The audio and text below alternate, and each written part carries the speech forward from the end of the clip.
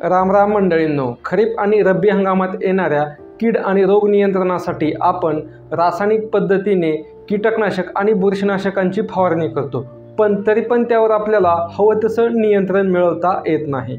हीच अडचण लक्षात घेऊन पिकाचा हंगाम सुरू होण्यापूर्वीच आपल्याला जमिनीच्या विविध मशागती करून एकात्मिक कीड नियंत्रणाद्वारे किडींचा अटकाव कमी करता येतो।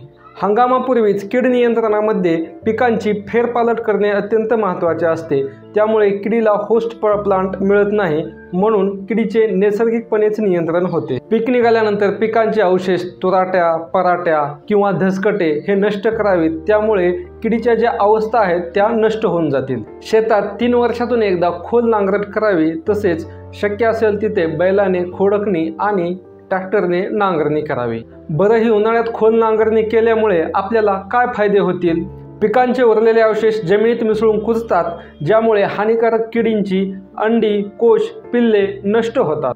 जमिनीत असलेल्या किडींची अवस्था जमिनीवर येऊन उन्हामुळे किंवा भक्षक कीटक जसे बगळा, कावळा याद्वारे नष्ट होऊन जातात। जमिनीत असलेल्या हानिकारक बुरशीजन्य आणि जीवाणूजन्य बुरशींचा उन्हामुळे नाश होतो, तसेच जमीन तापून पुढच्या हंगामासाठी तयार होईल। पहिल्या पावसानंतर शेताच्या बांधावर असलेले जे तण आहे ते तण नष्ट करावे, ज्यामुळे पिकांची जी काय पहिली पिढी तयार होणार आहे ती त्या ठिकाणी होणार नाही।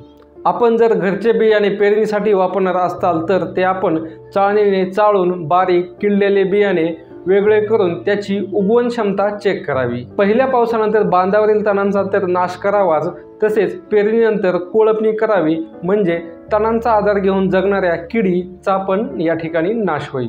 अशा पद्धतीने आपण जर एकात्मिक कीड रोग नियंत्रणाद्वारे तसेच जमिनीच्या विविध मशागती केल्या तर कीड आणि रोगावर आळा घालता येतो। चला तर मग लवकरच भेटूयात नवीन व्हिडिओमध्ये नवीन माहितीसह। तोपर्यंत राम राम।